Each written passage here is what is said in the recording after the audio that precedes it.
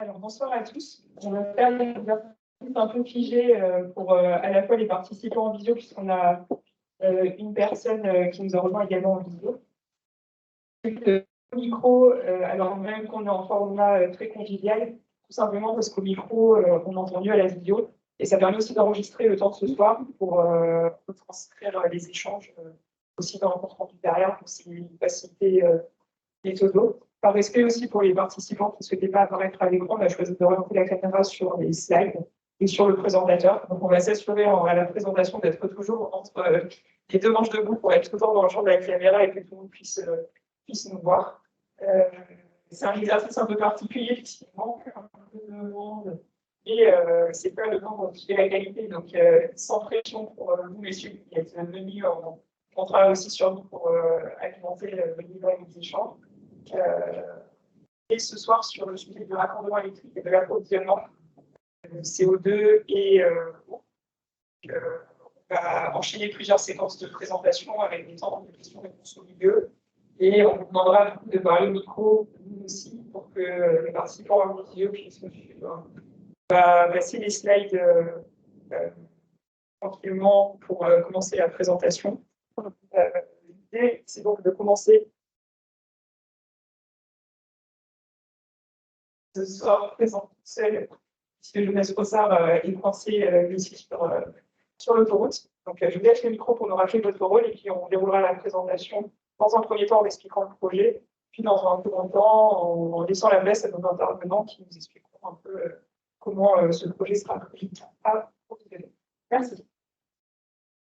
Merci. J'ai l'impression de faire un exercice un peu de théâtre d'improvisation avec une salle, effectivement, un peu de monde et des personnes qui sont quand même belles, qui continuent à venir. Merci à eux. Simplement pour dire que nous sommes trois garants nommés sur cette concertation.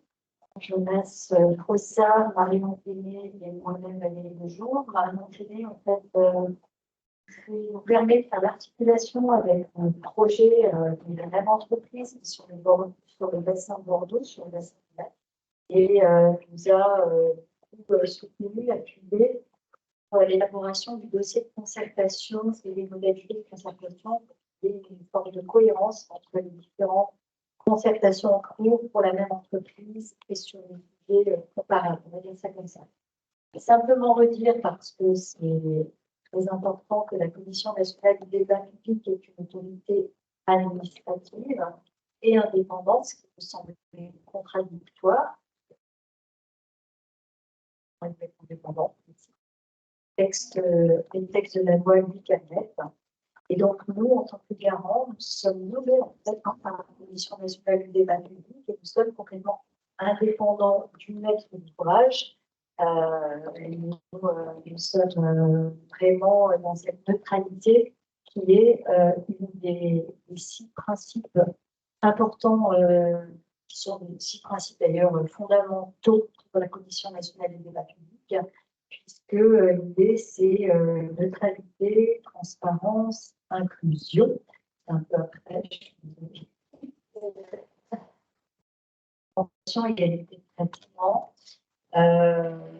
Avec l'argumentation, je vais revenir sur quelques principes. L'argumentation, ça veut dire que, quel que soit le nombre de personnes présentes, et la question de ne pas compter les noms, puisqu'on est en présentation préalable, et aussi une contribution sur ce projet-là, citoyens, habitants, associations, acteurs publics, acteurs privés. C'est vraiment c'est quoi votre argumentation? C'est quoi l'argumentation? Et quand bien même il y en a un seul qui dit chose complètement différente, c'est ça qui est intéressant dans la mesure où il vient justement enrichir le projet et du coup le processus de décision pour le maître d'ouvrage. L'inclusion, c'est un principe qui est très cher à la CNDP de plus en plus. C'est comment on va rencontrer tous les publics. Alors, on voit bien que là, on a une vraie difficulté pour aller auprès de tous les publics, quand bien même dans les concertations mobiles, ça ne va pas plus vers les différents publics dans différents lieux comme les marchés dans le centre commercial, on voit que là, on arrive à avoir un peu plus de monde, j'allais dire, de tout un chacun. C'est quelque chose qui reste très compliqué. On a l'indépendance et la neutralité. Je vous en ai parlé, la transparence, c'est pour nous, en tant que garant, de vraiment poser la sincérité de notre ouvrage, déjà dans l'élaboration de son dossier de concertation et des modalités des concertations qui ont été mises en place, que ce soit bien, qu'elles répondent bien aux enjeux du projet, aux enjeux du territoire, etc. Et l'égalité de traitement, c'est ce que je vous disais, c'est qu'en fait, toutes les contributions à le même poids, on ne donne pas plus de poids à un élu qu'à un habitant lambda. Voilà, c'est important pour la CDP, c'est vraiment comme ça que l'on travaille en tant que garant et que l'on écoute ce qui se passe dans chacun des acteurs. Comme on a souvent fait, je vais laisser, je ne sais pas ce qu'il y avait, ce que je peux compléter, c'est que là, ce qui est très important à comprendre, c'est qu'on est sur une concertation préalable, autrement dit sur l'opportunité du projet qui peut être encore mis en question. Enfin, c'est bien l'objectif de cette concertation préalable. Autrement dit, une des alternatives, c'est et si le projet ne se faisait pas. En tant que garant, pourquoi insister là-dessus, même si pour notre ouvrage, c'est toujours difficile de dire bah, si je fais ça, c'est pour le faire, évidemment, mais dans les concertations préalables, l'opportunité doit être discutée. Et ce qu'on peut dire, c'est qu'aujourd'hui, avec les évolutions du Code de l'environnement et y compris du Code de l'urbanisme qui se rapprochent dans notre, enfin, je vais dire, pour la réglementation dans notre pays, on a une concertation aujourd'hui préalable jusqu'à l'enquête publique, parce qu'avant, on avait une concertation préalable. Après, il n'y avait pas de concertation continue en tant que telle, et on arrivait à l'enquête publique. Donc aujourd'hui, du moment où la concertation se met en place, en plus, on est vraiment dans un cadre réglementaire où le maître d'ouvrage est obligé de faire cette concertation préalable. Si pour la fin de cette concertation préalable, et le maître d'ouvrage, à la lecture du bilan des garants, il y a 2 mois pour répondre à ce bilan-là, puisqu'on va faire des recommandations, des préconisations, eh bien, d'aller, de continuer son projet, et il est obligé de mettre une concertation continue jusqu'à l'enquête publique, qui après une autre forme de concertation réglementaire qui n'aura pas de garant, c'est du commissaire enquêteur. Alors, dans la concertation continue, les garants, ou un garant,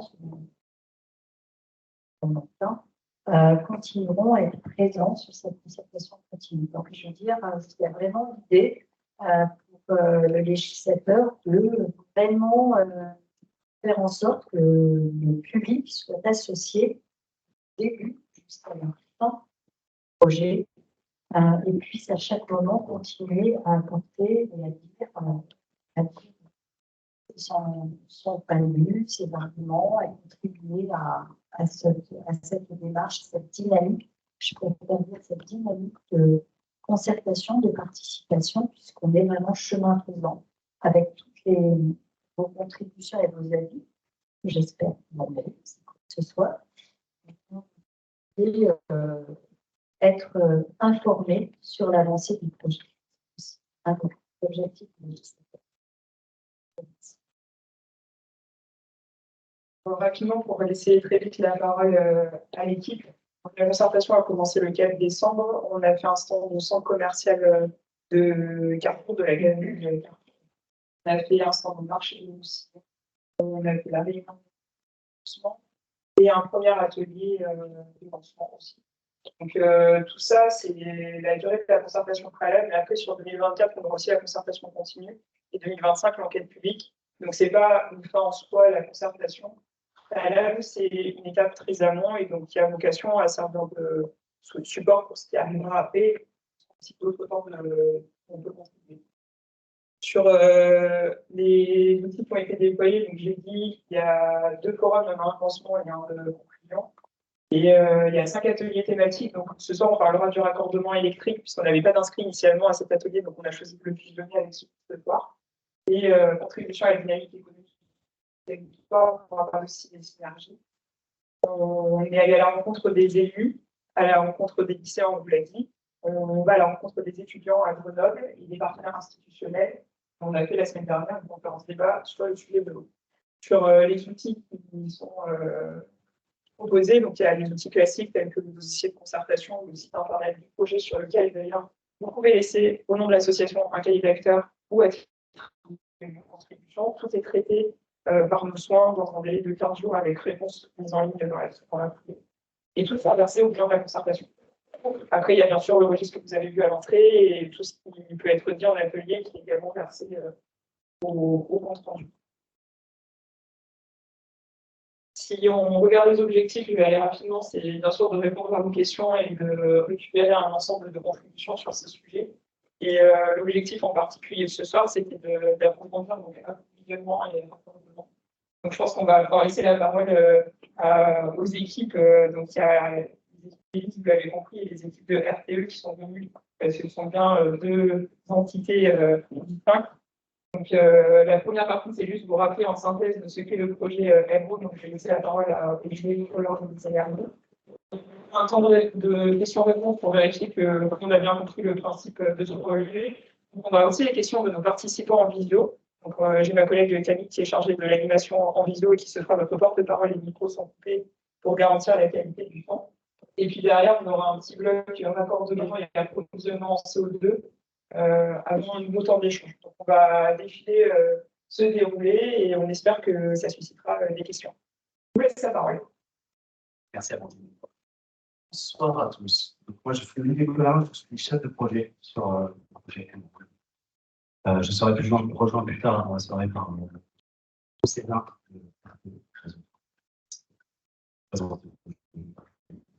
collègues, et mes collègues Axel Pichon de Curie, qui s'occupera plus particulièrement du sein de cellule de transport, et M. Rachid. Donc, je préférais commencer par juste un rappel rapide du projet, sur les chiffres du projet. Commencer d'abord par le contexte du projet, afin de bien ancrer le projet par rapport à la réponse qu'il souhaite apporter. Aujourd'hui, ce projet s'inscrit, il s'ancre quand même dans une volonté de décarbonation, différents usages que l'on pourra avoir. Sur cette décarbonation, il y a globalement trois leviers qui ont été identifiés. Trois leviers très simples, à résumer en trois mots: sobriété, efficacité, innovation. La sobriété par les évolutions sociétales sur par exemple, la réduction de notre chauffage dans le logement. Sobriété. Efficacité, grâce aux évolutions techniques, on pourrait apporter un certain nombre d'évolutions techniques pour améliorer la performance. Un exemple concret, c'est la pompe à chaleur. La chaleur est notamment plus efficace. Et enfin, un dernier point, c'est sur ce point que nous souhaitons apporter une solution, c'est l'innovation. L'apport de nouvelles solutions pour finalement réduire encore plus les énergies possibles. Sur cette partie d'innovation, globalement, essentiellement possible. Sont les méthodes, sont les méthodes de transformation. 9% de méthanol aujourd'hui est complètement important.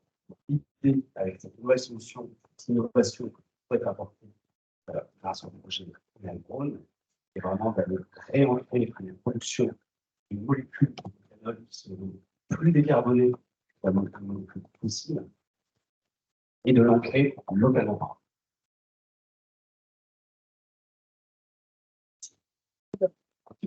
Oui.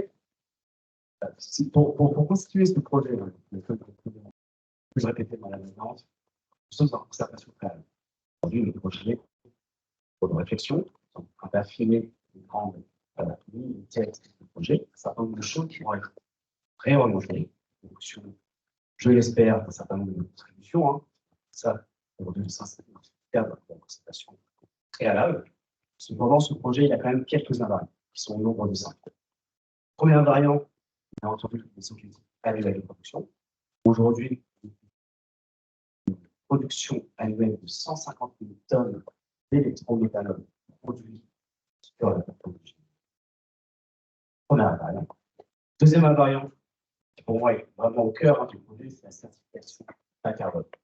Aujourd'hui, donc, un pouvoir décarbonant de cette nouvelle molécule de moins 70% par rapport à la méthanol fossile. Juste pour reprendre la chose, je parle de nouvelles molécules. À la fin, sur le e-méthanol, nous avons pu en discuter juste avant, sur l'électrométhanol que nous allons produire des méthanol fossiles, il s'agit du même produit, exactement le même molécule, totalement identique. Troisième invariant, c'est la mise en service des sites. Aujourd'hui, nous visons une mise en production à partir de 2027. Tout ça, c'est pour être vraiment s'identifier comme le projet pionnier sur la production anti-méthanol qui va permettre vraiment d'ancrer le projet et le territoire comme un pionnier de la production de molécules décarbonées. C'est très important dans la stratégie pour avoir un point de vue national et international pour répondre à cet objectif de décarbonation globale. Quatrième invariant, le choix de site d'implantation. Aujourd'hui, nous visons à nous installer sur la plateforme de Génie Space. Un certain nombre de choses. Une plateforme qui propose aujourd'hui un certain nombre de services aux différentes entreprises qui vont s'installer. Un écosystème industriel sur lequel nous pourrons nous appuyer aussi, notamment, et c'est le cinquième invariant, en faisant jouer sur les synergies industrielles. Par l'écosystème industriel qui est présent ici, il y a un certain nombre de synergies sur l'approvisionnement des ressources, on en parlera plus en détail juste après, les services que peut apporter et aussi vraiment s'appuyer sur ce territoire industriel, historiquement industriel, pour lequel nous pourrions avoir aussi nous appuyer sur cette main-d'œuvre industrielle qui est importante pour nous. Pour réaliser ce projet, donc, nous avons différentes formes, nous avons différentes ressources nécessaires sur ce projet. Et comme je l'ai dit, nous avons concerté tout à l'heure, un certain nombre d'alternatives sont envisageables sur l'approvisionnement de ces ressources. Première ressource, l'électricité. L'électricité qui va nous servir essentiellement à la production d'hydrogène bas carbone. Donc une puissance de 240 MW nécessaire que le RTE est en train d'étudier pour nous amener sur le site juste à côté. Deuxième chose, l'eau pour l'électrolyse. Et aussi le refroidissement de différents process que nous utilisons pour la synthèse du méthanol. Aujourd'hui, un maximal qui est un besoin de 2,7 millions de cubes d'eau brute par an. Encore une fois, un maximaliste, un certain nombre d'alternatives qui sont étudiées. Vous avez pu participer, il me semble, à la conférence eau. Un certain nombre de choses ont pu être présentées. C'est aujourd'hui, en tout cas, le chiffre que nous avons arrêté pour la conservation. Je vous en ai déjà parlé sur la première ressource, l'hydrogène bas carbone, un besoin de 29 tonnes par an. L'hydrogène bas carbone, puisque produit à partir de l'électricité bas carbone, sera un mix du réseau français, et essentiellement nucléaire, et aussi de l'électricité renouvelable qui sera achetée via en anglais power purchase. Les contrats d'achat de long terme d'électricité via des cartes. Du dioxyde de carbone, et ça c'est essentiel, puisque c'est là que réside réellement le pouvoir décarbonant de la molécule de méthanol, un besoin de 213 000 tonnes par an captées. On parlera plus en détail de où on souhaite aller capter et s'approvisionner sur cette ressource de CO2, mais en tout cas un chiffre de 213 000 tonnes. Et enfin, un service qui est offert notamment par Space. Dernière ressource, c'est la vapeur d'eau bas carbone. Aujourd'hui, sur nos premières estimations, on est encore en train d'estimer, nous aurions une consommation de 10 à 25% de la vapeur qui est actuellement distribuée sur la plateforme. Le budget de calendrier, budget très rapidement, donc un budget prévisionnel estimé à fin 2023 de 700 millions d'euros d'investissement pour toutes les phases du projet. Donc aujourd'hui, nous sommes en finir le projet. Nous avons entamé les études de base.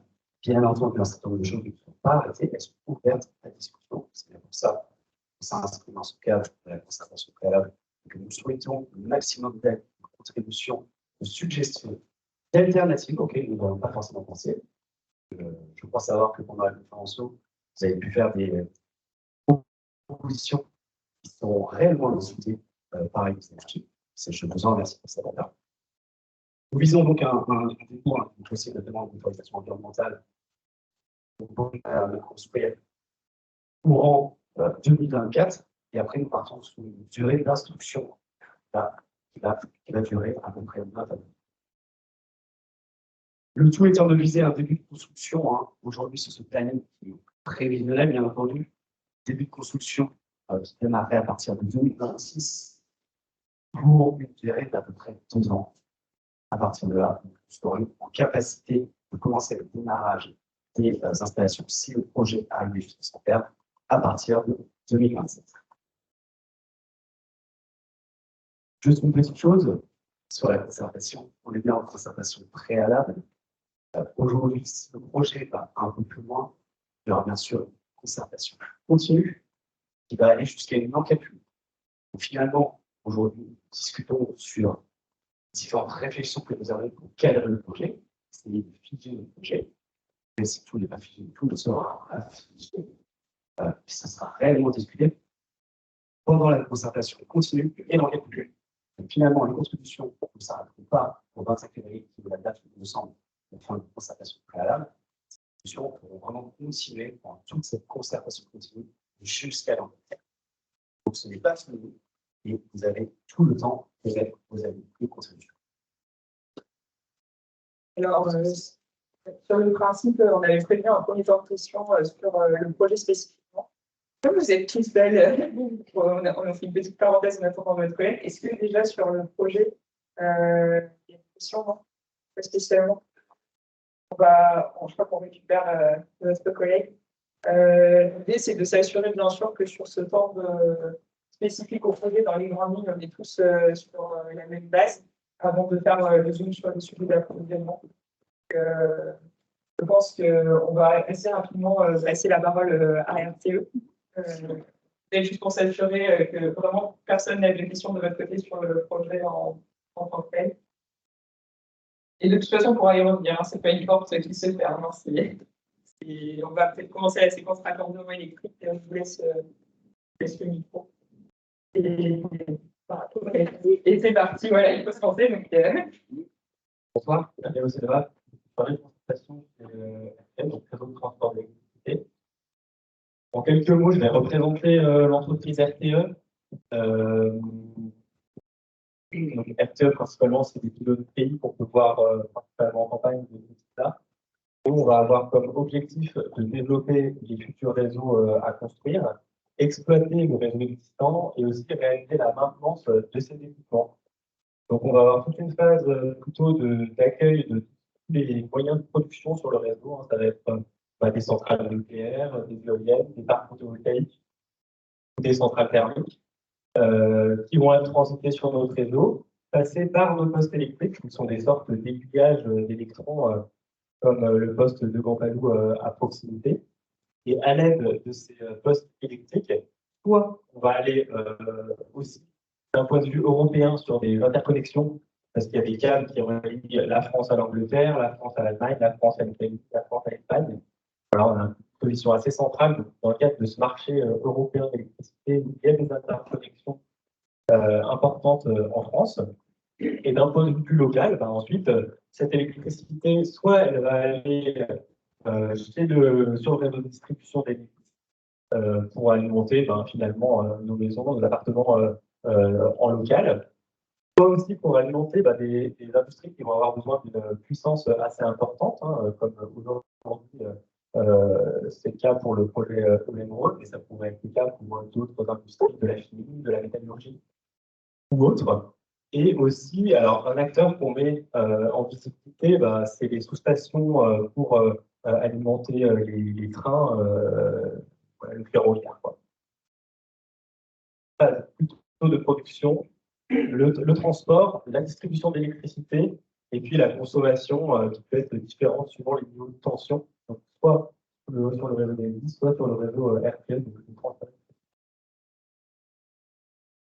En quelques mots, c'est pareil, c'est pour redonner un peu du contexte au niveau régional. On peut identifier qu'effectivement, dans la vallée du Rhône, de Lyon jusqu'en PACA, nous avons une présence de réseau RTE du fait notamment des moyens de production qui sont soit sur le Rhône, soit des moyens des centrales nucléaires. Idem sur la partie Alpes, liée aussi à la présence d'un certain nombre de barrages hydroélectriques. Donc nous sommes côté développement et ingénierie, à la direction développement et ingénierie de Lyon, donc on couvre cette région Auvergne-Rhône-Alpes pour tous les projets de développement du réseau RTE. Et nous avons ensuite des entités délocalisées qui permettent d'effectuer la maintenance du réseau par astreinte et 24 heures sur 24, 7 jours sur 7. Pour la suite, du coup, je laisse Jenny Schwartz, la responsable du projet, nous parler du raccordement électrique. Donc, ce qui va nous concerner ce soir, c'est le raccordement électrique de l'industrie EM-Rhône. Du coup, nous, notre objectif, c'est de réaliser une liaison souterraine qui permettra d'approvisionner en électricité et des énergies. Donc, ce qu'on propose, c'est de raccorder via une liaison électrique souterraine depuis notre poste électrique de Gantalou, le bilan EM-Rhône. Donc, cette liaison électrique va à peu près 5 km. Donc, aujourd'hui, le tracé de cette liaison n'est pas défini. Elle sera définie par la suite, donc dans les mois à venir. Et ce qu'il faut retenir, c'est que sur ce tracé, il y a quand même un peu des invariants. Notamment, on a 4 infrastructures ou éléments naturels à franchir. Donc, on va retrouver l'autoroute A7, la nationale 7, une voie SNCF, et ensuite, on a la salle, on va traverser la salle avec des chemins comme ça. Donc après, ça dépend, on peut la traverser à différents endroits. Et donc ça implique quand même de mettre en place des techniques spécifiques pour franchir ces infrastructures sans les dégrader. Donc ça, ce sera étudié dans la phase d'étude de détail qui a débuté, puisqu'évidemment, on essaye de repérer par où la liaison électrique pourrait passer, et ce sera approfondi lorsqu'on va mener notre concertation fontaine pour déterminer un tracé, un fuseau de moindre impact par lequel cette liaison passera. Donc peut-être après, on avait prévu un slide où on vous alors je pense qu'on peut mettre directement les images. Donc là, c'était pour vous illustrer par exemple, finalement, une liaison électrique souterraine. On va venir réaliser une tranchée et venir installer nos câbles, donc bien nos câbles à l'intérieur de cette tranchée. Et ensuite, on vient remettre en état. Finalement, une fois le travaux finis, il n'y a pas d'impact ni visuellement, ni sur la faune ou la flore qui fait notre liaison. Donc, globalement, on a ramené des échantillons de câbles électriques, donc ça fait à peu près cette dimension-là. Et là, vous avez une tranchée à l'échelle 1 à peu près. Donc, vous voyez, c'est assez imposant et ça reste facilement installable. C'est principalement fait, on essaye souvent d'utiliser des voies existantes pour cheminer jusqu'au poste. Après, ce qu'il faut noter, c'est sur 5 km, on ne peut pas avoir un câble de longueur de 5 km. Parce que vous imaginez bien qu'un câble aussi gros, on ne peut pas le mettre sur un touret 5 km, on fait un peu trop de transport. Donc, il va être sectionné en différentes longueurs. Donc, aujourd'hui, approximativement une longueur de 1 km, des gros tourets. viennent jusqu'à nous. Et ensuite, on vient raccorder les deux parties des câbles via des chambres de jonction qui sont pareilles sous terre et invisibles une fois que c'est fini. Mais c'est des ouvrages de génie civil un peu plus imposants qu'une tranchée classique. Voilà, je pense qu'on a fini pour la partie technique. Peut-être si tu veux expliquer la méthodologie, ça permettra de te rappeler. Alors là, la petite étoile jaune, c'est pour dire où nous en sommes actuellement. Donc, on en est dans la partie concertation préalable du public, hein, au côté de l'énergie en tant que collectif d'ouvrage pour le raccordement électrique. Les étapes suivantes, ça va être de lancer donc cette fameuse concertation fontaine qui va se nourrir des éléments potentiels recueillis lors de cette concertation préalable CLDT. Et donc, dans cette concertation fontaine, on va définir une aire d'étude dans laquelle on va étudier les différents flux d'eau qui pourraient amener à réaliser le raccordement électrique. Donc, une fois que cette concertation fontaine qui sera du préfet et menée aussi par l'ADREAL, ensuite on peut poursuivre le projet sur notre tracé défini par le raccordement. Une question sur notre partie raccordement.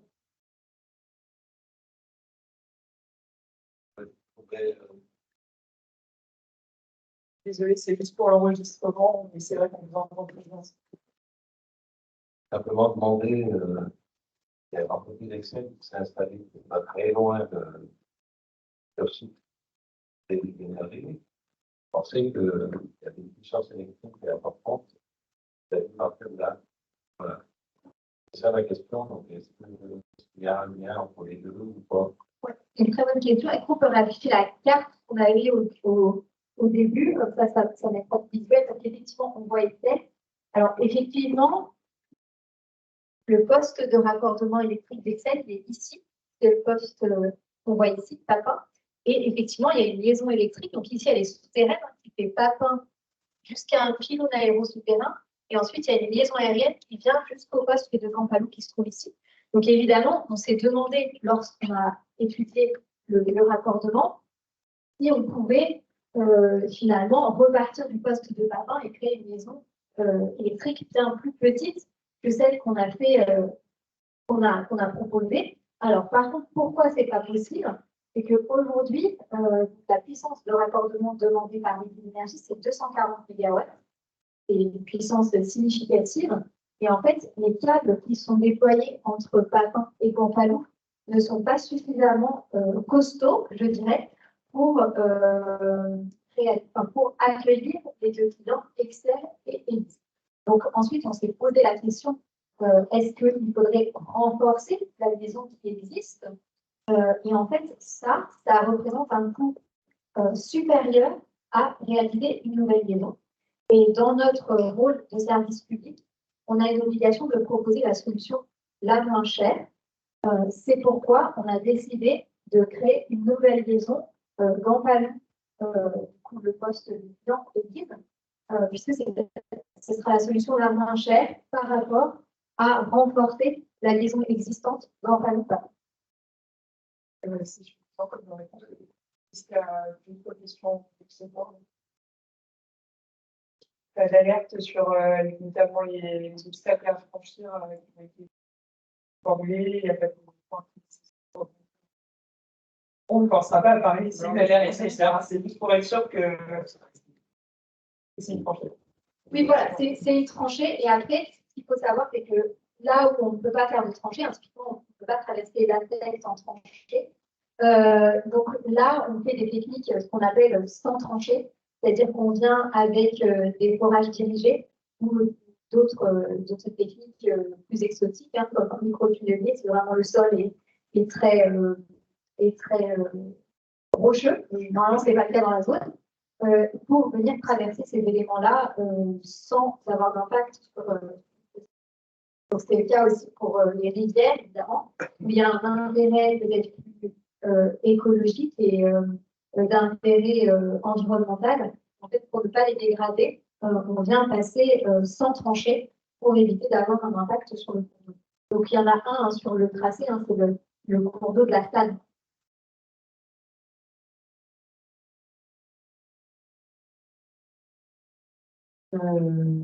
au vu de ce que vous venez de dire sur le fait qu'il y a une entreprise qui existe et que le renforcement n'est pas possible, enfin, est possible, mais coûterait plus cher que de une nouvelle maison, est-ce que du coup, on anticipe déjà qu'il peut y avoir des entreprises qui avaient besoin aussi sur la plateforme de plus de capacités, déjà prévoir peut-être un raccordement plus important.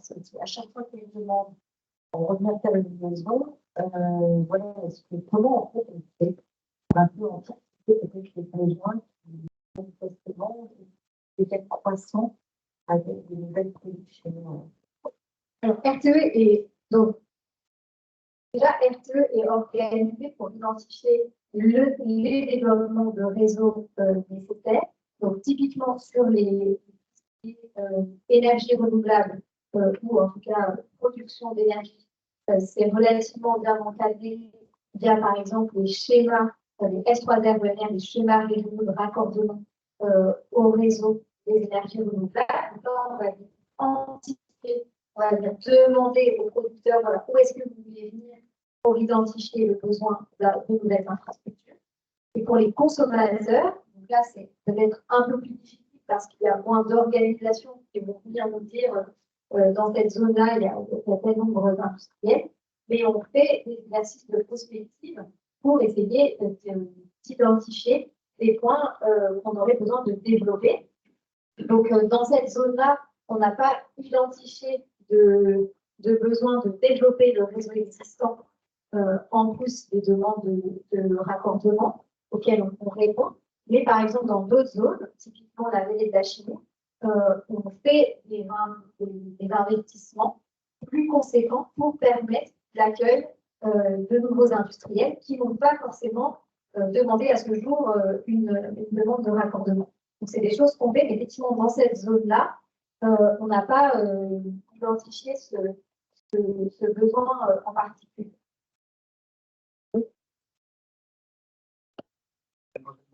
C'est plus de la curiosité personnelle.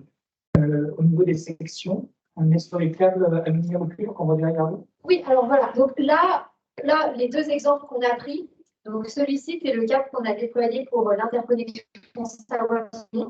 Donc c'est un câble qui n'est pas exploité à la même tension que là qu'on va mettre sur le projet, mais c'est globalement le même diamètre et on sera sur une section en aluminium. Donc, c'est vraiment un câble très similaire qui va être installé. Et là, j'avais pris un exemple de câble en cuivre. Ce n'est pas ce qui sera déployé sur le réseau. Et ça permet de se donner un autre exemple. Qu'est-ce qui nous pousse au choix entre cuivre et aluminium? C'est en fait lorsque le client demande une puissance de raccordement, on dimensionne le câble pour cette puissance, qui dépend aussi de la tension à laquelle on l'alimente. Et en fait, le cuivre est beaucoup plus conducteur que l'aluminium, il est par contre beaucoup plus cher. Et donc, en général, le cuivre est utilisé que pour des très grosses puissances, des très gros besoins, contrairement à l'aluminium, qui est un peu moins cher, on le déploie plus facilement. Donc là, ce sera un câble en aluminium. C'est vraiment de la curiosité personnelle. Ah, c'est bien. Cela vient de mise en place. Oui, voilà, exactement. Passer à la section suivante, pardon, s'il y a plus d'autres questions, sachant que nos intervenants sont parvenus, donc si jamais après coup il reste des questions. Merci beaucoup. Merci. Merci.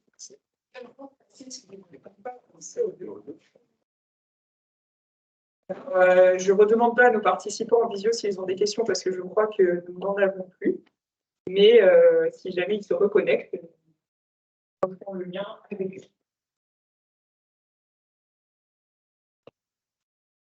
Sur ce, donc je me répète un peu par rapport à la présentation. En cours, aujourd'hui, on utilise le carbone, le CO2 nécessaire pour la synthèse du méthanol, permet de méthanol. Très rapidement, pour une plus chimique entre nous. La formule CO2 plus 3 H2 égale CH3OH plus H2O. Méthanol plus 2. Le premier besoin étant le CO2. Donc, l'idée, c'est d'aller récupérer ce CO2 chez un certain nombre d'industriels, plus ou moins considérés. Pour cela, nous utilisons donc une brique technologique, carbone capture, captage de carbone, de CO2, pardon.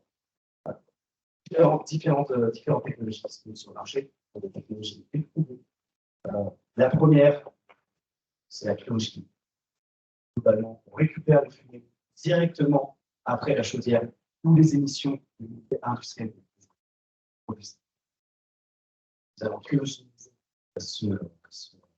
nous allons faire la purification d'abord des fumées via certains projets industriels et on va aller cryogéniser le CO2 d'ailleurs on va récupérer très rapidement. Une deuxième technologie qui est aussi utilisée en France, mais aussi dans le monde, la captation aux années. Là, on se base sur le principe de l'absorption chimique. On va récupérer cette fumée, le mettre au contact de cet absorbant. Cet absorbant va réagir au niveau du CO2, va l'absorber, le capturer. Et ensuite, nous allons séparer cet absorbant qui est plus lourd, parce qu'on est au fond de cette petite colonne dans laquelle se fait la captation. Le reste des fumées qui ne nous intéressent pas, finalement, tout sauf le CO2 repart à l'air libre ou sous forme d'effluent aqueux, de rejet aqueux, essentiellement à la fumée. C'est exactement la même fumée que nous avons retrouvée à la sortie de la cheminée industrielle ou de la chaudière. Ensuite, nous allons passer cet absorbant chimique dans lequel est capturé le CO2. Nous allons le chauffer. C'est pour ça que nous avons un gros besoin de vapeur, notamment sur la présentation des ressources nécessaires, qui va séparer l'absorbant du CO2. Finalement, à la fin, on se retrouve avec un CO2 seul qui nous permet d'ailleurs d'aller l'injecter dans l'unité de méthanisation. Principe très schématique aujourd'hui, qui consiste en ça.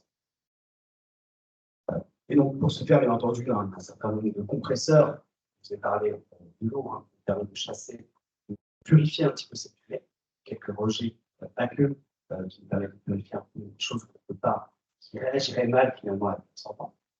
De l'électricité, qu'on va devoir un petit peu alimenter, un certain nombre de compresseurs, de ventilateurs, pour faire bouger toute cette masse de fumée, on a besoin d'un petit peu d'électricité, essentiellement de la vapeur et des réactifs. Ces réactifs, au fur et à mesure de l'utilisation de cette carbone organique, elles se dégradent par les différentes réactions qui ont lieu dans cette unité. À un moment donné, on va la recharger. Donc, pour ça qu'on utilise de l'eau, des réactifs pour recharger le temps important puisqu'ils se dégradent, de la vapeur pour séparer le CO2 de l'absorbant et de l'électricité pour alimenter électriquement les compresseurs, les ventilateurs, etc. Et donc, à la sortie du CO2 que nous valorisons, nous allons mettre dans notre unité de méthanisation, et les fumées sans CO2 qui sont rémises à l'atmosphère. Ces fumées, je le répète, elles sont totalement équivalentes à la fumée qu'on a vue en entrée, moins le CO2. Et donc, pour aller capter ce CO2, nous avons différentes alternatives sur l'approvisionnement de ce CO2. C'est de l'eau.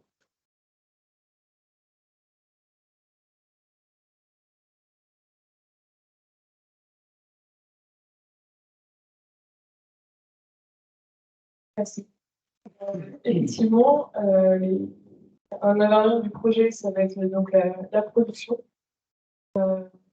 Et donc, on découle également un invariant qui est le besoin en CO2 de 213 tonnes.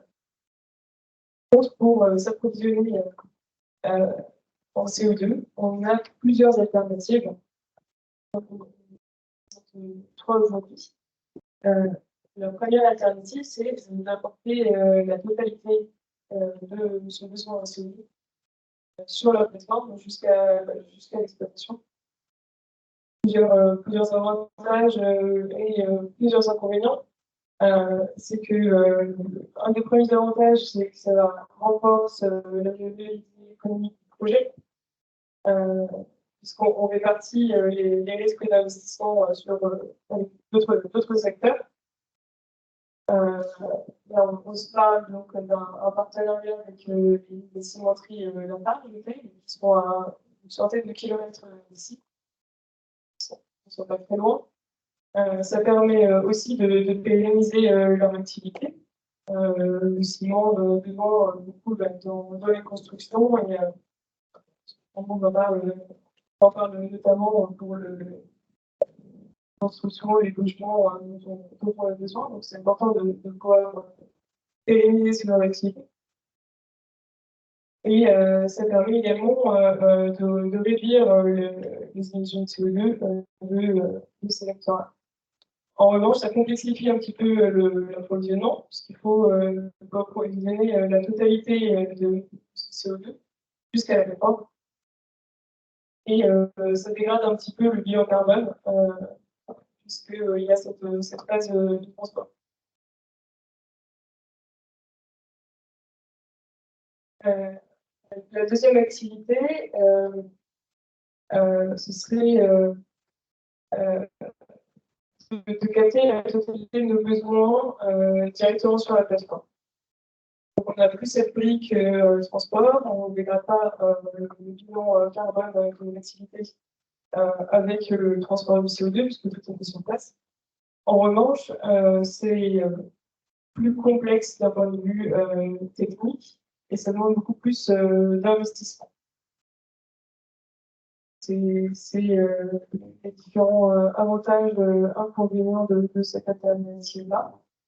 Aujourd'hui, nous, celle qu'on voudrait présenter, c'est l'alternative numéro 3. Donc, c'est un mélange en fait des deux premières alternatives avec un partenariat notamment avec les cimenteries Lafarge et une partie du CO2 qui serait captée sur site. Donc, ça nous permet donc de faire un compromis entre un bilan carbone qu'on dégrade un petit peu, un investissement plus important si on veut capter différentes sources sur la plateforme.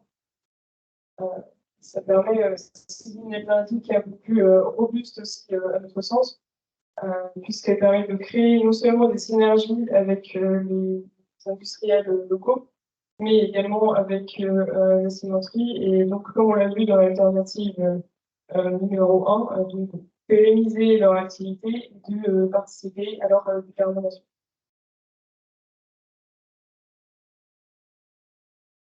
Donc, pour importer ce CO2, nous avons 3 options au niveau du transport. L'option ferroviaire, fluviale et routière. Donc, ce sont des moyens de transport qui sont très connus. Hein, on ne réinvente pas cette partie-là. L'avantage du ferroviaire et du fluvial, c'est que ça permet de massifier un peu le transport, d'avoir des approvisionnements qui sont plus importants en une seule fois et de désengorger les routes. Les avantages du transport routier, c'est pour ça qu'il connaît beaucoup de succès, c'est que c'est un transport qui est très flexible. Donc qui est facile à mobiliser et qui est facile à traiter. C'est un mode de transport qui est assez bien connu et maîtrisé de tous les acteurs en général. Encore une fois, il y a différents avantages, différents inconvénients. Nous, ce qu'on aimerait mettre en place dans ce projet, c'est un mix de transport. On est conscient par ailleurs que le transport routier va générer davantage d'externalités négatives, donc des pollutions, des émissions de CO2 justement, l'engorgement des routes. Pour les riverains, ça peut être une gêne. Donc, favoriser des moyens de transport massifiés, comme le ferroviaire ou le fluvial, permet de limiter ça. En revanche, pourquoi un mix de transport et pas 100% de ferroviaire ou de fluvial? Parce que le ferroviaire et le fluvial connaissent des aléas qui n'a pas subi une grève SNCF une fois dans sa vie. Donc, ce sont des aléas qu'il faut qu'on puisse anticiper si on veut avoir une exploitation qui est pérenne et robuste dans le temps. Donc, on peut s'appuyer un peu sur le transport routier, en favorisant, pour l'immense majorité du flux, les deux transports massifiés que sont le ferroviaire et le ferroviaire. Voilà un peu pour la partie transport, approvisionnement, aussi bien sur le procédé de captation du CO2, par exemple, ou sur le transport dans des villes de France. Oui. J'avais calculé que les conditions stoichiométriques que la consommation de CO2 de 150 est inférieure à celle qui est annoncée. Ou est-ce que après cette captation, ça veut dire qu'il y a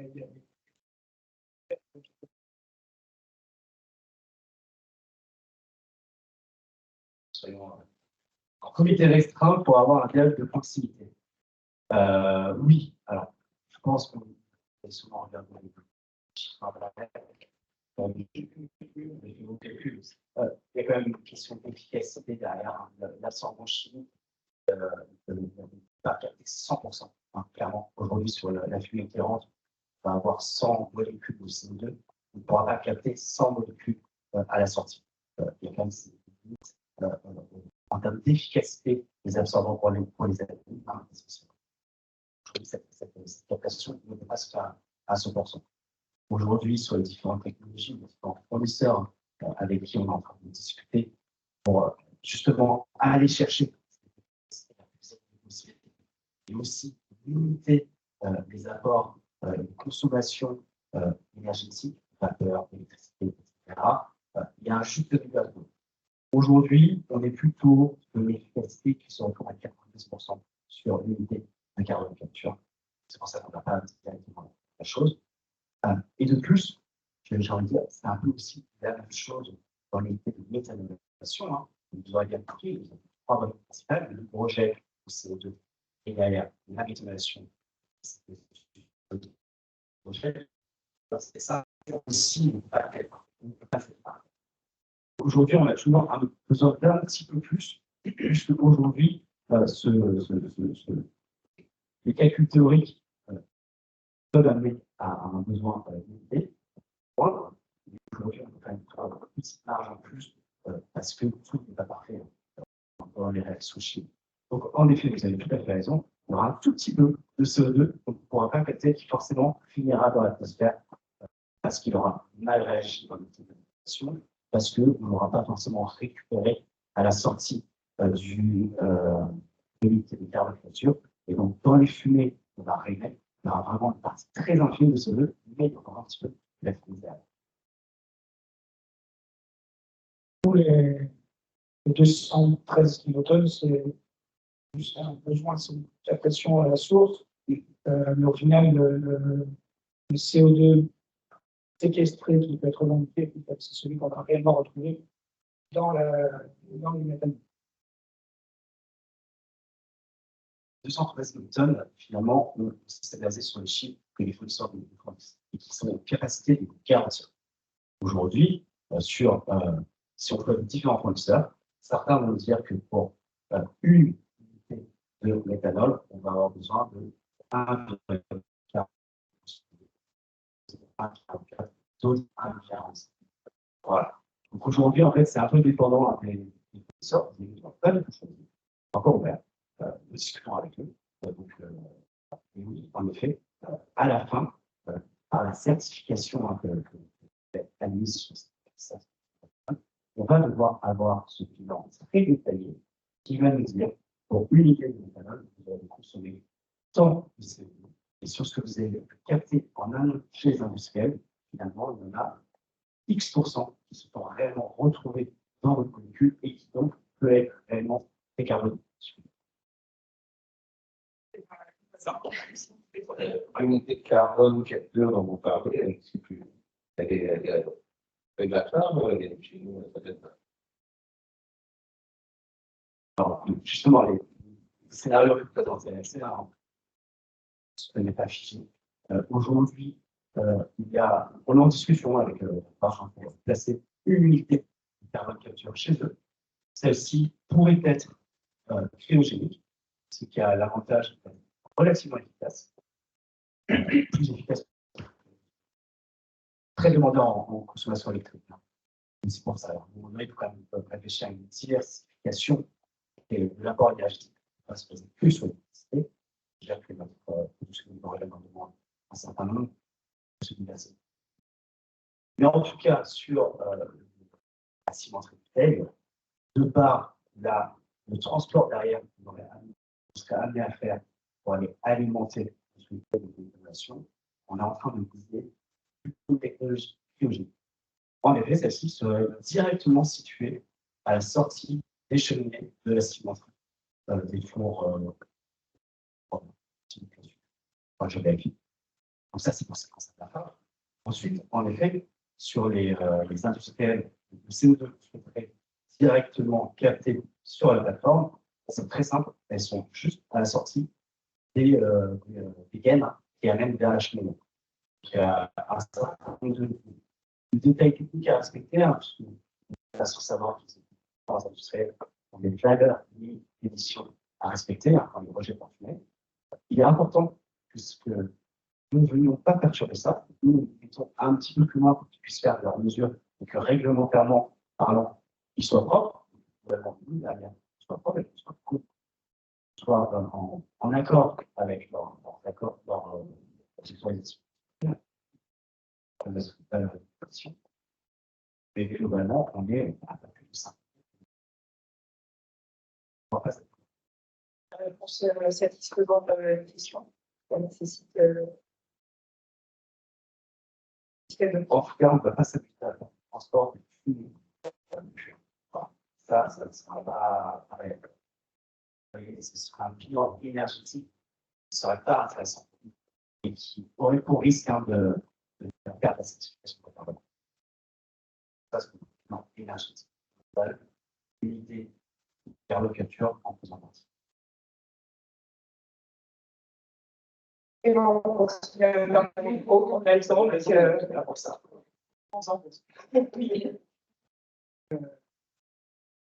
Qui bénéficie de cette captation de carbone finalement? Est-ce que c'est Lafarge qui peut revendiquer d'avoir un ciment en carbone amélioré?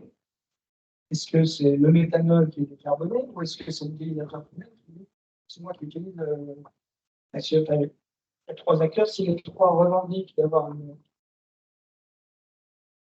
leur verdissement, il y a un problème, c'est qu'on a bien plus raisonné. C'est une autre question. Le cadre réglementaire qui va être affiné là-dessus. Qui sont encore en discussion pour l'instant, au niveau essentiellement, après, qu'elle soit écrite sous le français. Globalement, notre vision est de dire, c'est pour ça qu'on insiste globalement sur l'introduction pratiquement sur l'effort collectif nécessaire à la décarbonation. Aujourd'hui, ce n'est pas un seul acteur qui pourra prétendre à cette décarbonation, c'est tout le monde. Tout le monde doit changer. Aujourd'hui, si je prends l'exemple, j'aime bien prendre l'exemple de parce que vous savez, un des bouchers aussi, c'est de mettre dans l'évasion pour la décarbonation. Si on fait le bilan actuel, aujourd'hui, nous avons un industriel. Lafarge, voilà. Lafarge émet X tonnes de CO2 qui se retrouvent directement dans l'air. Nous avons notre armateur, qui va émettre 4 tonnes de CO2. Demain, là, si on fait le comptage carbone réel, qui est amené par la solution du projet Aéron, on aura ces X tonnes, puisque c'est cette. Il y a aussi, et ça, j'insiste là-dessus, c'est ce de l'énergie. Donc, il faut pas produire de CO2 parce qu'énergétiquement, toute seule combinaison d'électricité ou de vapeur, ce n'est pas neutre d'empreinte carbone. Donc, nous, l'énergie, nous produisons, disons, nous sommes tels de CO2. Demain, ça veut dire que globalement, la réglementation nous impose que X plus Z doit être inférieur à X plus Z. Et ce Z, dont je parle, disons qu'il doit être inférieur à 0,3 degrés par le. Voilà. Donc finalement, demain, nous allons produire X plus une fraction inférieure à 0,3 degrés. Et donc finalement, l'idée, c'est qu'à la fin, aujourd'hui, on a un principe qui est très simple, qui est pollueur-payeur. L'industriel, il a produit, il doit payer. Le bateau, demain, il va polluer un peu moins. Normalement, c'est soit du sel, donc, par exemple. Vraiment, si on fait ça, on voit bien qu'il y a un utilisateur final à la fin, vachement avantagé par rapport à nous. Nous, ce que nous faisons, pensons que collectivement parlant, nous allons pouvoir répartir ce pouvoir de décarbonation entre les uns et les autres. Et nous sommes un intermédiaire. Nous ne pouvons pas nous approprier ce pouvoir de décarbonation. Si besoin, on peut la refaire. Et, vous avez le droit de lui faire répéter 3 fois, puis il sera obligé de le répéter 3 fois.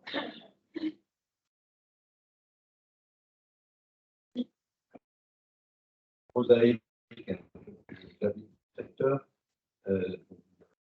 pose la question entreprise qui vient s'installer en sous-traité peut-être vraiment dans un endroit de solution de la traîne sur la plateforme. Quels sont les dangers repérés de votre installation et est-ce que c'est bien de mettre à côté de cette route? C'est une obligation que vous pas ça. On le fait dans le dehors, mais bon, voilà. C'est sur le cumul des impacts, finalement.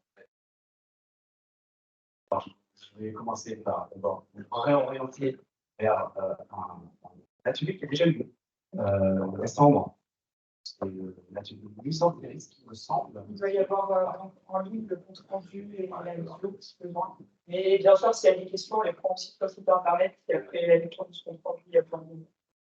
Ensuite, pour quand même vous donner un premier élément de réponse, encore une fois, je ne suis pas l'expert et l'examination sur la question, et je ne pourrais pas répondre pour tous les tests. Globalement, comme nous faisons un objet industriel de la taille du projet Brown, nous sommes obligés, réglementairement parlant, d'anticiper tous les dangers que pourra produire cette installation. Différentes choses, par l'hydrogène. Bien entendu, l'hydrogène, c'est explosif. Nous devons prendre, réglementairement parlant, la chose est assez contrainte, très bien normalisée, prendre un certain nombre de scénarios potentiels et y apporter une solution systématique. Ça, derrière, c'est regardé par un service instructeur, qui est un service risque industriel dédié à l'analyse de nos différentes études de danger.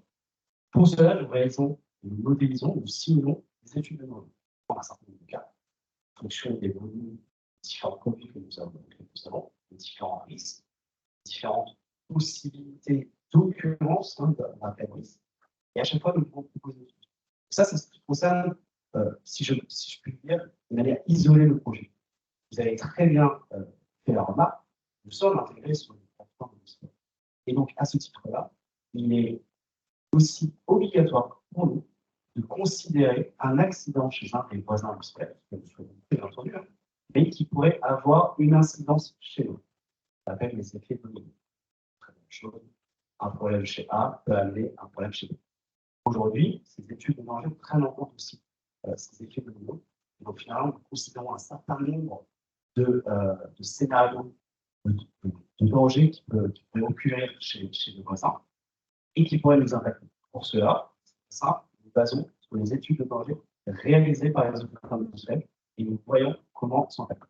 C'est un certain nombre de contraintes pour nous, puisque finalement, nous regardons comment. Alors, déjà, on peut jouer d'un point de vue vraiment géographique pour mettre les installations qui sont à risque en dehors des différents rayons d'action de danger qui peuvent venir chez les voisins. Nous prenons des dispositions technologiques, sécuritaires, de surveillance aussi, qui nous permettent finalement d'aller abaisser la conséquence, s'il y a un risque de la taille, ou la fréquence d'occurrence de ce risque. Aujourd'hui, nous tout ça, c'est très normalisé. Nous suivons clairement hein, la réglementation là-dessus. Et de toute façon, c'est un des volets les plus importants dans l'instruction de ces documents d'autorisation environnementale. Il y aura un truc là, en 2024, qui est peut-être un peu sur. De cette réponse avec. Il y a beaucoup plus de détails et il me semble que vous allez pouvoir voir aussi un certain nombre de pixels sur les premières modélisations dans le compte rendu et dans la présentation qui a été réalisée par mes collègues à mi-décembre, il me semble. Je peux compléter peut-être sur deux points. De mémoire, justement, les collègues avaient notamment précisé l'ambition de contenir les effets à l'intérieur des voies de transport du projet sur la parcelle du projet. Donc, dans le compte rendu, on vérifiera mes propos pour que ce soit bien conforme à ce qui était dit à ce moment-là. Et effectivement, il y avait cette ambition-là qui était affichée. Et pour compléter aussi sur la prise en compte des risques cumulés dans les dossiers de demande d'autorisation environnementale, il y a donc ce volet études de danger. Dans ce volet études de danger, il y a donc un volet analyse des risques cumulés. Et la DREAL dispose de tous ces dossiers pour toutes les entreprises situées dans le même espace. Donc, c'est vraiment l'institution qui est capable de dézoomer et de mettre en cohérence ce qui est proposé par les différentes industries. Et les études qui sont complétées pourront être mises en ligne sur le site internet du projet au fur et à mesure qu'elles seront disponibles. On a déjà des synthèses qui sont en ligne. Est-ce que vous voulez le... Et effectivement, ces dangers sont possibles. Et c'est la DREAL qui donne l'autorisation ou pas.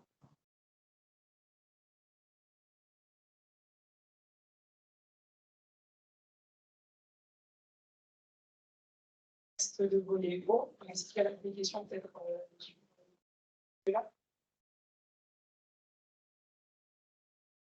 Le déroulé, de toute façon, comme il y a un dia qui est proposé à la fin, et malgré tout, même si vous voulez vous allez en faire plus tôt, on pourra rouvrir d'autres sujets à des startups, peut-être repasser au chapitre suivant sur l'approvisionnement en eau et la distribution du produit. Oui, alors sur la ressource en eau, je vais faire un petit rappel hein, à une conférence débat autour de l'eau qui vous a déjà amené un certain nombre de réponses. Moi, étant donné que nous sommes sur l'atelier qui parle de l'approvisionnement des différentes ressources, il est absolument obligatoire pour nous de vous présenter, de faire une redite aussi, un rappel pour ceux qui étaient présents, mais aussi de présenter cet approvisionnement en eau pour ceux qui n'étaient pas présents. Donc, juste un petit rappel par rapport aux différents slides que j'ai pu vous présenter au début, un besoin aujourd'hui est maximisé, j'ai envie de dire, à 2,7 millions d'eau par an. Aujourd'hui, cette eau, comme vous pouvez le voir sur le schéma de la une partie est consommée par notre process à proprement parler, essentiellement de l'électrolyse de l'eau, qui a cassé la molécule H2O en H2O. Je suis désolé pour les chimistes, important quand même de pouvoir parler de ça. Un petit peu d'eau consommée dans la carbone capture, je vous en ai parlé, pour laver notamment les fumées, les différents composés qui pourraient nous embêter dans la synthèse du carbone, et un petit peu d'eau qui est issue avec la synthèse du carbone. Une grosse partie de notre eau quand même qui provient, qui est utile pour le circuit de refroidissement en boucle fermée du procédé. On est sur des procédés qui vont aller à des températures assez élevées, jusqu'à 280 degrés, notamment pour la synthèse du méthane. Ce n'est pas rien. Donc, il est important de pouvoir prévoir, de refroidir correctement ce produit final. Une petite précision, un prélèvement brut, donc si on fait la conversion de 2,7 par an, correspond à 344 000 heures. Et un prélèvement net qui correspond à 212 000 heures. Ça, c'est ce qu'on balance. Prélevé, on ne remet pas dans le milieu naturel. Et donc, ce qui nous fait un petit différentiel de 132 m3, eux, par contre, seront rejetés dans la station d'épuration du GIE, ça fait partie. avant d'être rejeté dans le fleuve. Bien entendu, hein, pour cette partie, les 132 mètres cubes sont rejetés dans la station d'épuration et ensuite dans le Rhône. Certain nombre de normes environnementales que nous sommes absolument obligés de respecter. Il me semble que M. Presse de la Géologie, vous avez les éléments.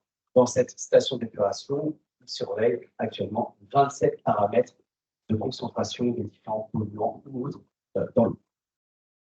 Tout ça pour vous dire quand même qu'aujourd'hui, sur cet approvisionnement en eau, nous avons deux alternatives qui sont considérées à jour, l'une favorisée par rapport à l'autre.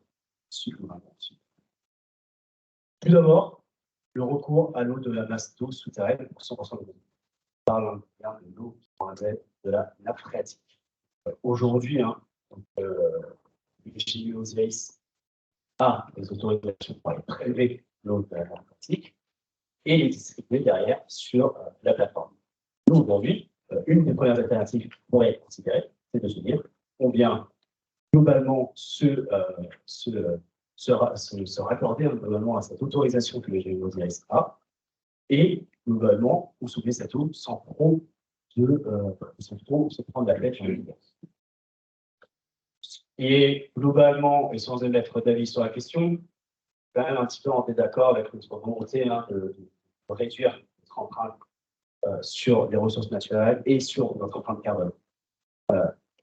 Quand même, pour être tout à fait transparent avec vous, ça présente quand même certains avantages par rapport à ça, puisque aujourd'hui, ces autorisations, avant, ça voudrait dire ne pas s'embêter à aller chercher autre chose.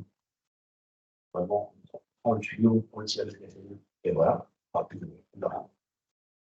Et en plus, une maîtrise de la qualité de l'eau qui est relativement maîtrisée, puisque une fois que cette eau, qui est très propre, globalement,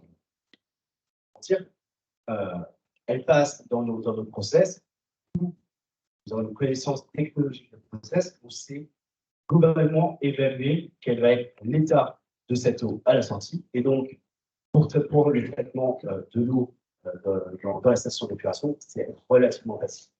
Par contre, j'insiste réellement dessus, puisque aujourd'hui, c'est pour ça que cette première alternative, nous la regardons et nous privilégions d'autres alternatives. Le principal problème qui s'inscrit aujourd'hui dans l'évolution quand même du territoire, il n'y aurait aucune diminution du prélèvement d'eau induite par ce besoin supplémentaire du projet.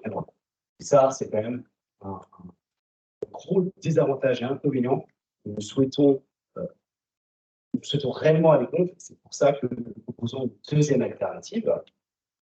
Cette deuxième alternative qui consisterait à faire un mixte de l'eau provenant de la nappe phréatique, tel que j'ai dit avant, et d'aller récupérer l'eau de plateforme, l'eau de rejet des autres industriels. Un certain nombre d'industriels consomment cette eau de l'eau, la rejettent. Pareil, quand même assez intéressant d'aller pouvoir étudier la réutilisation de cette eau. On va faire un certain nombre d'études complémentaires pour bien vérifier la qualité de cette eau qui sort des eaux industrielles, pour qu'elle soit à la bonne qualité. Globalement, si je rentre un tout petit peu plus dans le détail, c'est globalement l'eau nécessaire pour l'électrolyse, une pureté assez élevée. Je pense que ça vous a déjà été transmis comme information. L'idée, donc c'est vraiment de s'appuyer finalement sur une synergie industrielle en incluant et les énergies aux autres industriels de la plateforme. Bien entendu, un certain nombre d'autres inconvénients qui sont induits par tout ça. Forcément, ça va nous demander potentiellement, ça va nous induire potentiellement une moins bonne maîtrise de la qualité de l'eau, puisque nous dépendons de la qualité de l'eau sortant des eaux industrielles. Ça, c'est un point qu'on doit cadrer technologiquement parlant et aussi en discussion avec les industriels. Et étant donné qu'on s'attend quand même à un traitement de l'eau supplémentaire, les coûts de traitement et d'investissement nécessaires pour avoir de l'eau à la bonne qualité, ils sont potentiellement plus conséquents.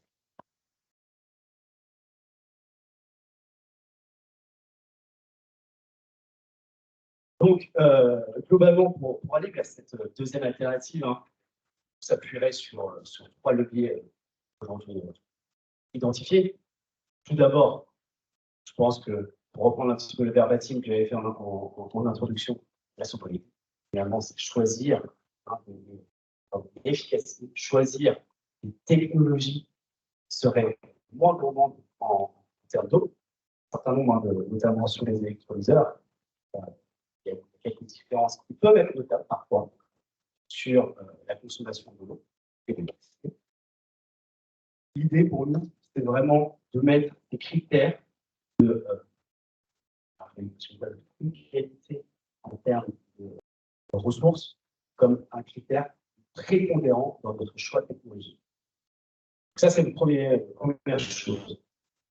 La deuxième chose, je vous en ai déjà dit, c'est de bien vérifier la qualité de l'eau nécessaire pour notre production d'hydrogène bas-carbone. Parallèlement, un certain nombre de différences technologiques qui amènent à des besoins de pureté qui sont plus ou moins fins. Forcément, nous, on souhaite jouer aussi là-dessus. Et enfin, le dernier levier, que ce soit sur la plateforme, au sein même du projet Emerald, pouvoir réfléchir à réutiliser les différents rejets à queue que nous aurions aux différentes phases de process, que ce soit au niveau de la carboniculture, de la méthanisation, etc., etc. Donc vraiment, 3 leviers sur lesquels on est en train de s'investir pleinement pour limiter déjà l'utilisation de la ressource eau, bien valider la qualité de l'eau nécessaire pour qu'on puisse réellement réfléchir et aller plus en avant, aller plus fort sur la réutilisation de l'eau des rejets de notre industriel et nous-mêmes réfléchir à réutiliser nos eaux usées par les différents process.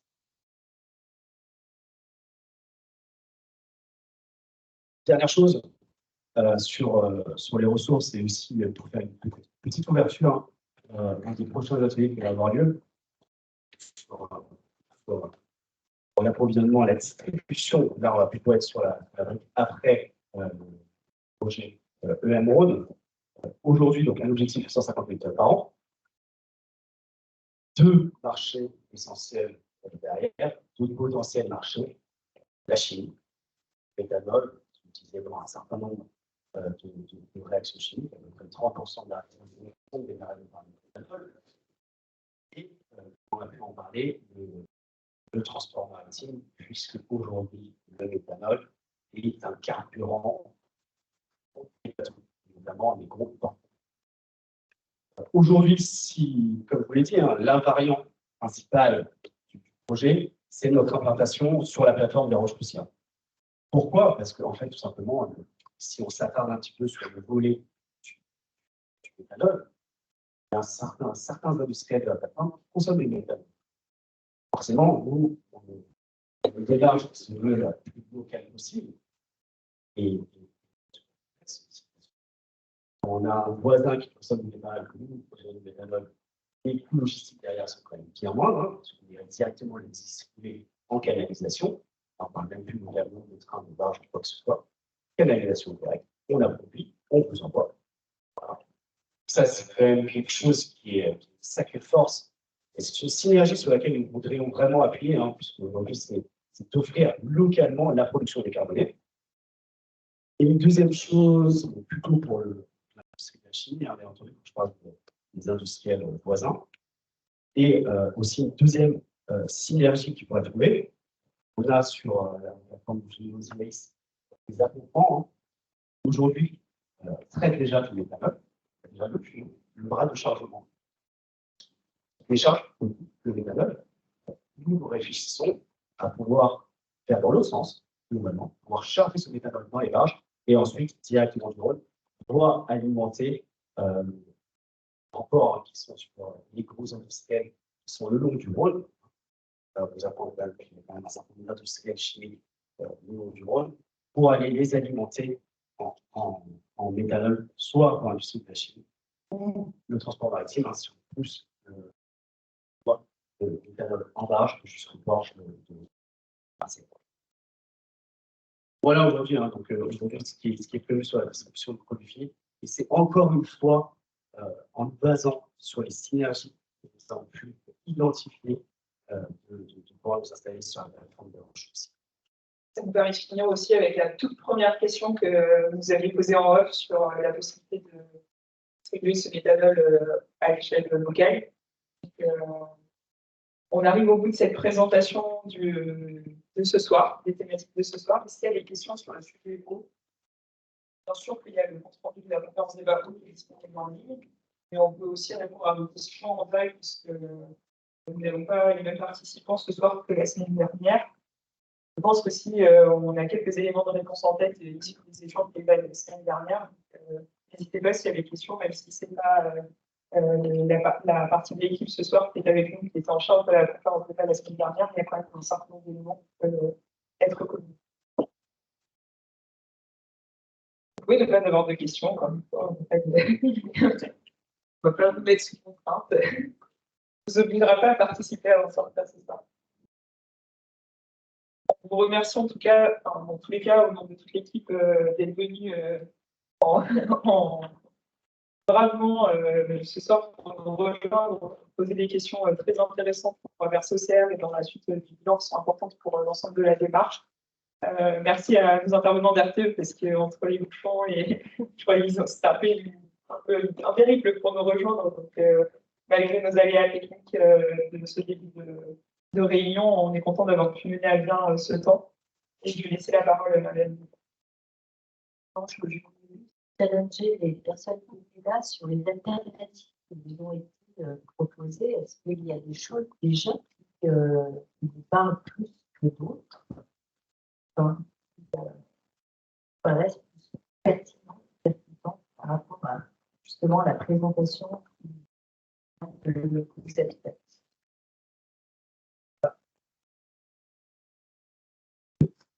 Presque une évidence. Qui sont présentés, on se doute qu'il y a 3 alternatives sous le coude, c'est généralement la plus économique qui va être sélectionnée, pas forcément d'un point de vue local, environnemental, sera la meilleure. Est-ce qu'il y a des critères pour avoir un éclairage sur les critères qui sont connus? Parce que j'imagine qu'on n'a pas tous les éléments de réponse, mais aujourd'hui, vous considérez quoi comme critère, même si on se doute effectivement que c'est économique? Super référence au CO2 notamment.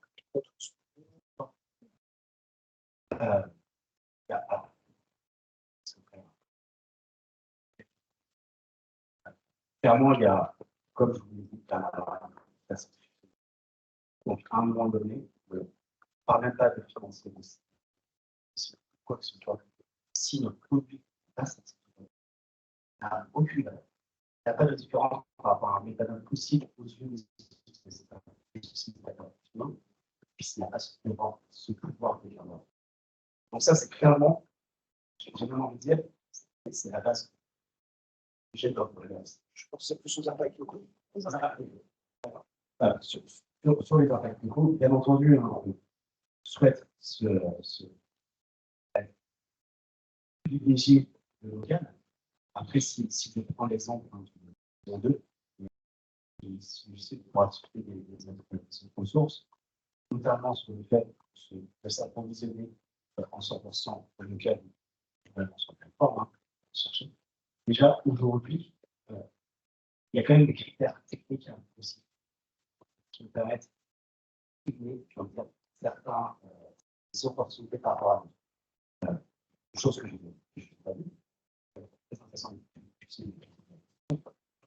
Aujourd'hui, cette technologie, par exemple, en dessous de 5%, la concentration de CO2, en tout cas, c'est tellement énergivore que là, on arrive sur un bout s'installer. Ça pas marché. Aujourd'hui, hein, sur ce qu'elle peut avoir une facilité, il y a quand même un certain nombre qui ont ce type de concentration. Ça fait tout la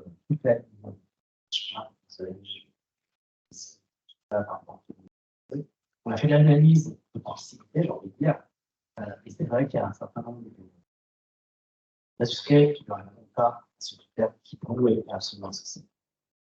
Première des choses. Deuxième des choses, bien entendu, je pense qu'il faut être tout à fait honnête. Et par rapport à ça, j'aimerais aussi insister sur les dialogues que je parlais tout à l'heure. Une des idées qu'on aurait, hein, bien entendu, et c'est cette pénalité économique, je veux dire, ce serait de se dire, mettons une grosse unité de carbone-capture. Prenons les fumées de l'industriel A, l'industriel B, l'industriel C, on met tout ça dans une seule unité, et derrière, on se code. Ça déjà, d'un point de vue technique, parfois compliqué, parce qu'aujourd'hui, mélanger les fumées, etc., ça peut se passer au niveau de ce mélange.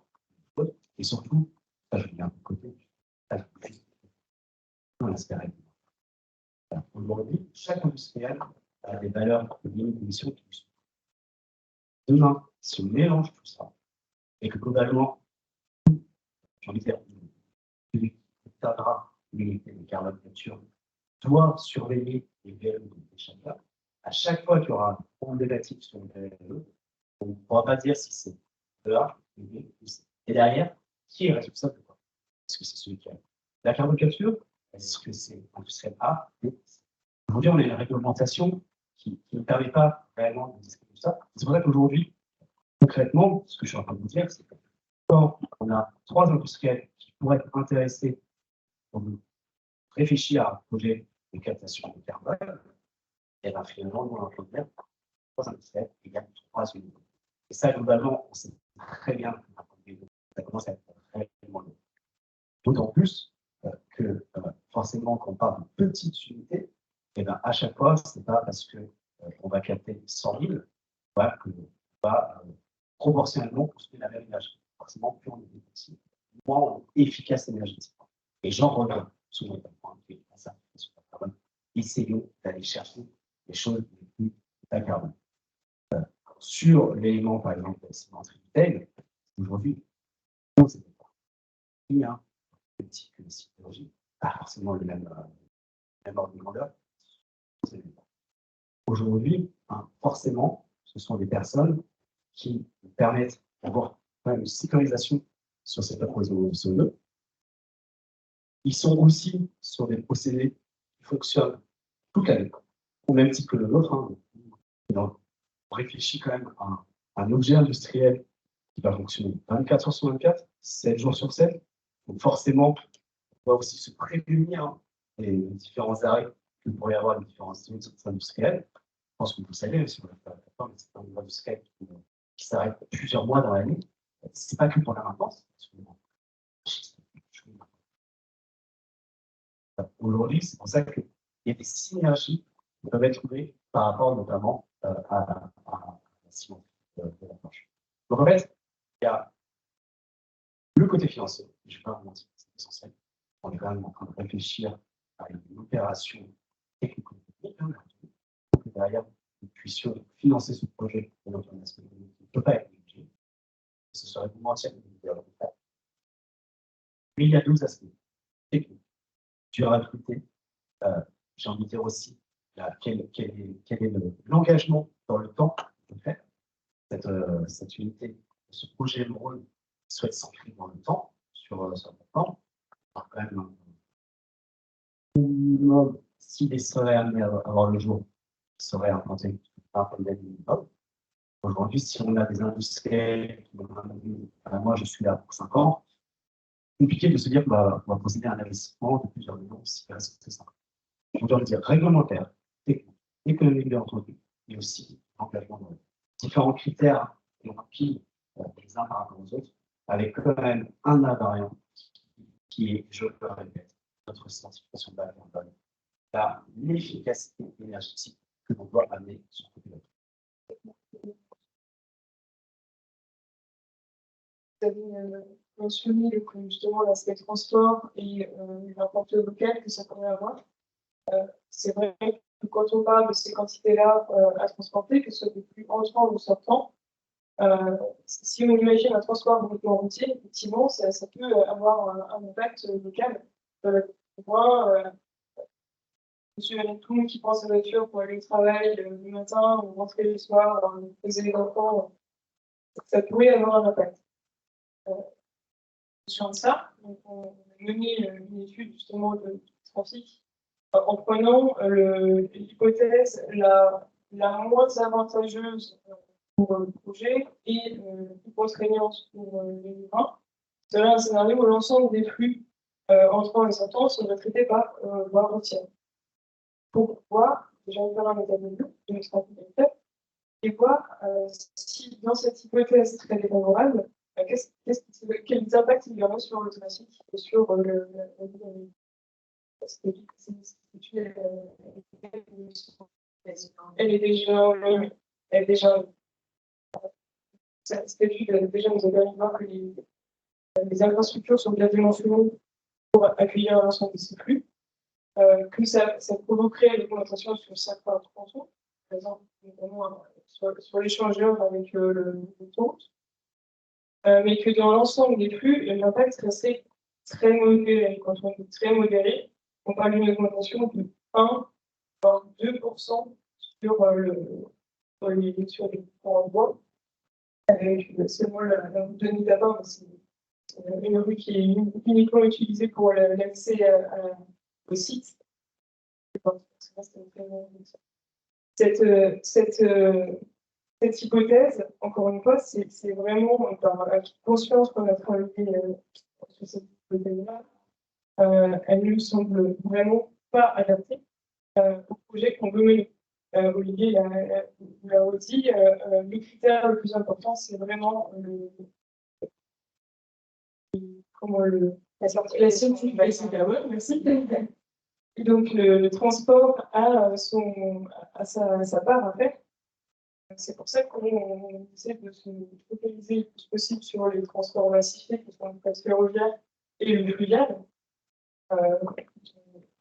L'exercice entre le tail et le transport Osiris en ferroviaire, on arrive à des réductions de 10 à 15 fois inférieures en ferroviaire par rapport au routier. Donc c'est pas anecdotique, c'est un vrai impact et c'est vraiment important pour nous de travailler cette solution et de les favoriser autant que possible. On est d'ailleurs notamment très régulièrement avec le gestionnaire des infrastructures ferrées pour être capable demain d'insérer ces nouveaux flux, s'assurer qu'on a la place suffisante sur le réseau pour absorber ces flux-là et vraiment maximiser ces parts-là. C'est également vrai sur le transport fluvial et le transport routier, donc qu'on aimerait mettre en place, resterait marginal. C'est finalement une souplesse, une petite sécurité dans l'exploitation. C'est assez compliqué d'imaginer que demain, combien même le fluvial et le ferroviaire seraient complètement HS et qu'on ne pourrait plus utiliser. C'est très très compliqué d'imaginer qu'on pourra mobiliser suffisamment de chauffeurs pour assurer ces transports-là. On va gérer, si ça arrive, ces flux-là avec les stocks qu'on aura. Un peu de stock. Il y aura probablement un peu de report modal, effectivement, mais on n'arrivera jamais probablement au scénario qu'on a étudié qui serait 100% de bon. On a développé tous les points, je pense qu'on a parlé quand